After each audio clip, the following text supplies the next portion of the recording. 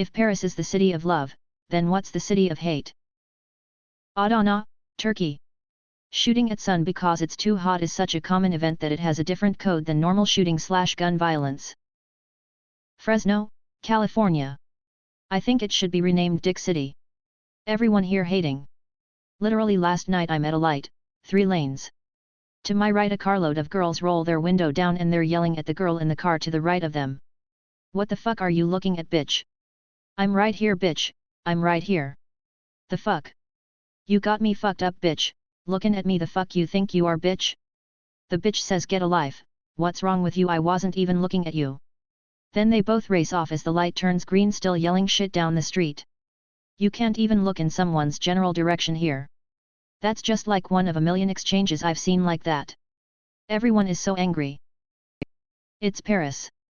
I work in a 4-star hotel there. Trust me, my hatred alone is enough.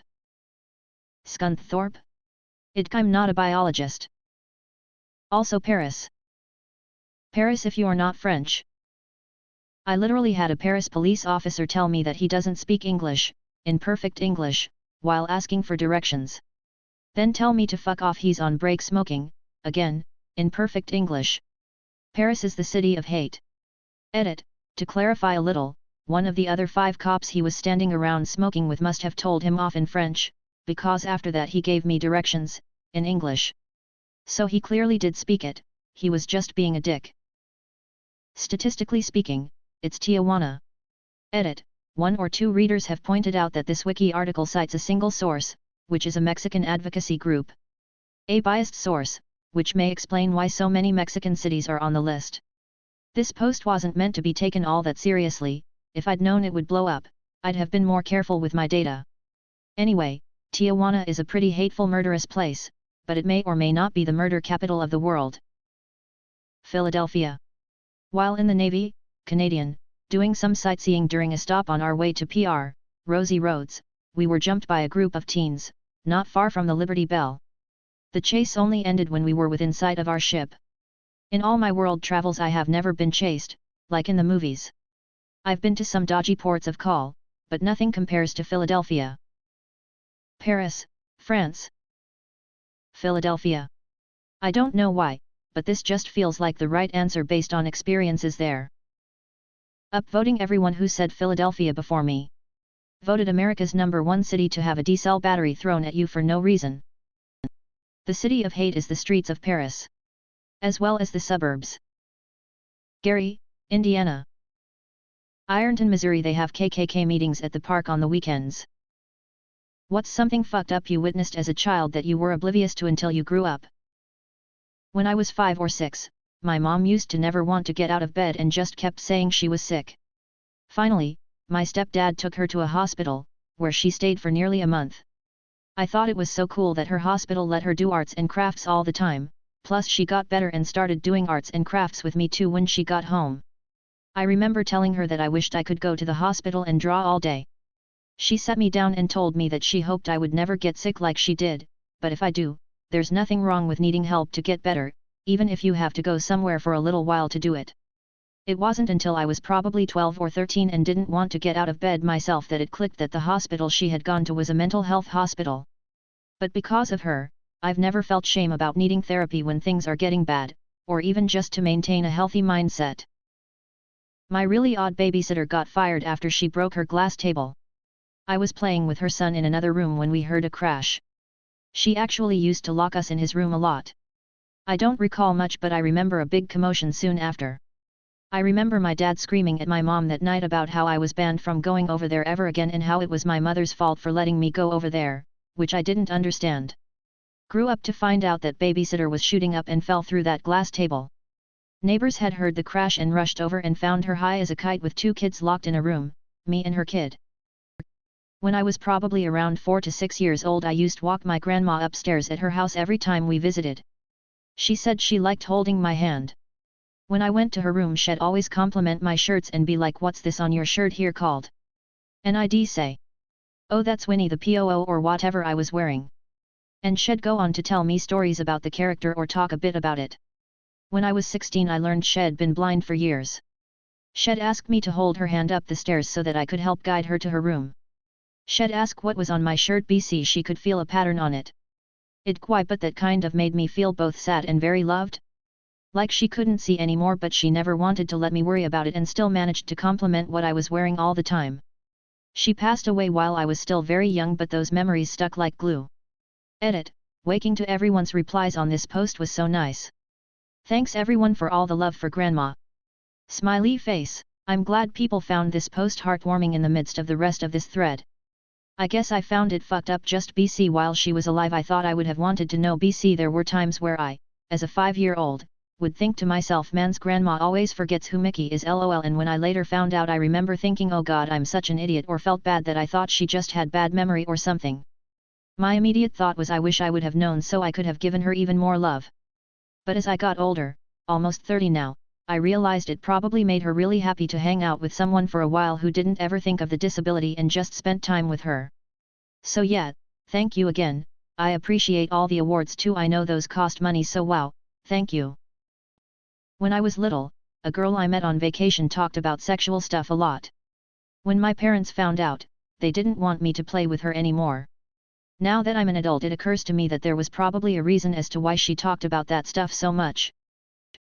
Finding out that breaking a cup or spilling a drink wasn't a big deal was quite an eye-opener. Watching my girlfriend look at me like I'm nuts while I apologize for 20 minutes about dropping a glass of water made me re-evaluate a lot of my childhood. Went to a friend's house on the weekend to play video games at the age of about 10. We had a good time and played a lot of games on the PS2. His mom came upstairs from the basement to ask if we wanted food. I turned around and said yes please, and before I could finish saying please I noticed she had a black eye. I asked my friend what happened to his mom's face and he said I can't say. 10-year-old me just said oh okay, and we proceeded to play video games. I didn't realize until I was about 19 this happened. My mom attempting suicide in front of me on more than one occasion, as well as being in the car as my dad drove her to the hospital after said suicide attempts. On a day out with my dad when I was little, I was playing in the park with a girl same age as me. I didn't know her but she was on her own. Me and my dad left after an hour or so, leaving the girl on her own again. Obviously my dad asked where her parents were etc. Later on that night there was a big story on the news about a girl who had been abducted, and all my family kept asking me question about this little girl. It went right over my head at the time, being about 5 YRS old. 40 YRS later I still think about her. I remember having a friend in high school whose parents were practically absent for most of his childhood. We used to make jokes about how jealous we were that he got to do basically whatever he wanted. He could sleep over at anyone's house any day of the week, and never had a curfew. We got close and I started coming over to his house, which was very dirty to say the least. All the food was microwavable or non-perishable / junk foods. They had a turtle tank in the kitchen between the sink and the stove, dishes always stacked, trash everywhere, etc.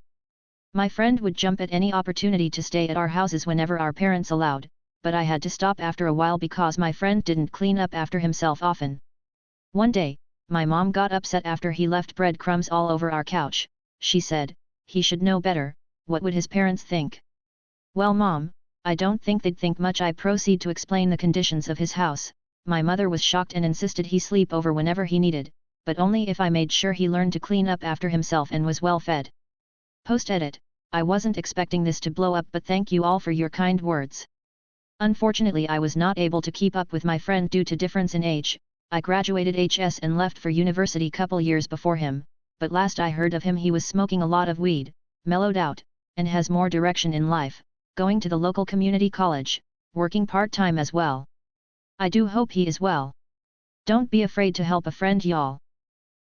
My mom used to let me watch cartoons late at night in her room as long as I didn't turn around or be too loud. I would always hear her flicking a lighter but didn't think too much about it. Years later I found out she was smoking meth right behind me and blowing it out the window. She would use me as an excuse as to why she was awake if my stepdad woke up and caught her. My uncle withdrawing from drugs. He was always the fun, loud, crazy uncle. I was around 10 and my mom and I came home from somewhere, and when we pulled up he was sitting outside and said he needed a place to stay. My mom had to work the next day and he and I were both hanging out at the house, and I could tell he didn't feel well and was dry heaving. It was really scary. I asked him if I should call 911 and he said no, he'd be okay. I had no idea he had drug problems until I became an adult.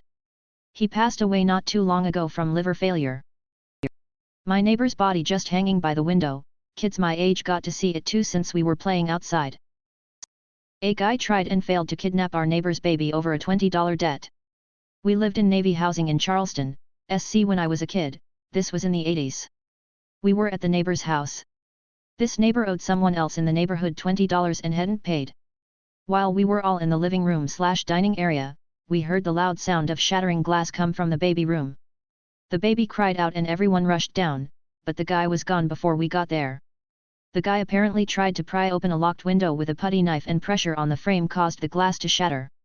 The dude left the putty knife and the note he'd written in the windowsill when he took off. The baby was fine. I heard the grown-ups talk about knowing exactly who it was. I also remember them deciding not to call the police and to go deal with it in person. From 4th to 6th grade, I would go to a friend's regularly. For most of the friendship his mom was super nice and engaged with us as kids, while his dad had always been this mysterious person at a high-powered job that everyone tiptoed around once he got home. My friend's attitude started changing near the end of our friendship, being abusive to his dog that he used to be obsessed with and overall high-strung. Parents were a little off compared to before.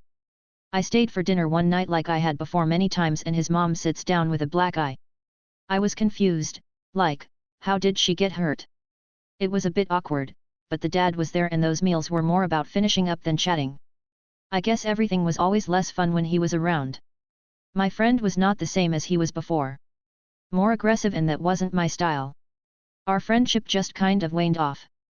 I didn't realize till many years later that his dad was likely an abusive asshole, was hitting his wife, and maybe his sons. I'll never forget the weird anxiety that filled the house in those last few months, and that my presence may have been a kind of reprieve period where the dad had to play it cool. That anxiety did end up pushing me away, and looking back I hope my friend, his brother, and mom got out of the situation. When I was 5 my dad would take me to the park on a Sunday sometimes. Sometimes he would then take me to this woman's house nearby. They would sit me in front of the TV and put on Teenage Mutant Ninja Turtles. Then they would go upstairs. I never made the connection they were having sex because I didn't know what sex was. My mother left him anyway when I was older, for being a gambler and a drunk. I think about it now and again how oblivious I was. What's not as attractive as people think? When guys take pictures of themselves doing that furrowing the brow, biting the lip, rubbing the hands together thing. What is that? Who told them that looks good? Pretending to or overplaying being drunk/high. The way the internet has made everyone think they are an expert. Obsessed about being alpha/giga chad. Pointing out someone else's flaws to show how much better they are. Doesn't make them better, just makes them a judgmental asshole. Trying to act stuck up and showing off by flirting with other guys/girls in front of the person you like to try and get them jealous. Conflict == passion. Some who isn't being direct, but expects anyone and everyone to be direct and whoever they're talking to be a mind reader and gets mad when neither happens. Playing hard to get. I'm all for putting in effort, but stop giving me signals of not being interested, while you actually are.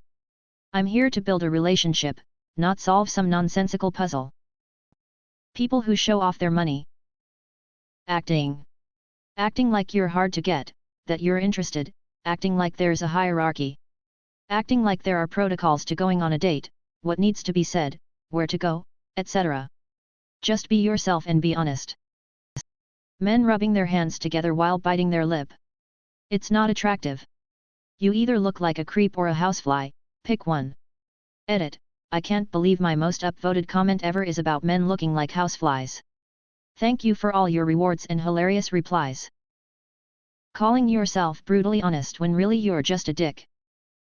Basing your humor around being an asshole. Playing hard to get with a person in an attempt to get/spike their attention. No thanks.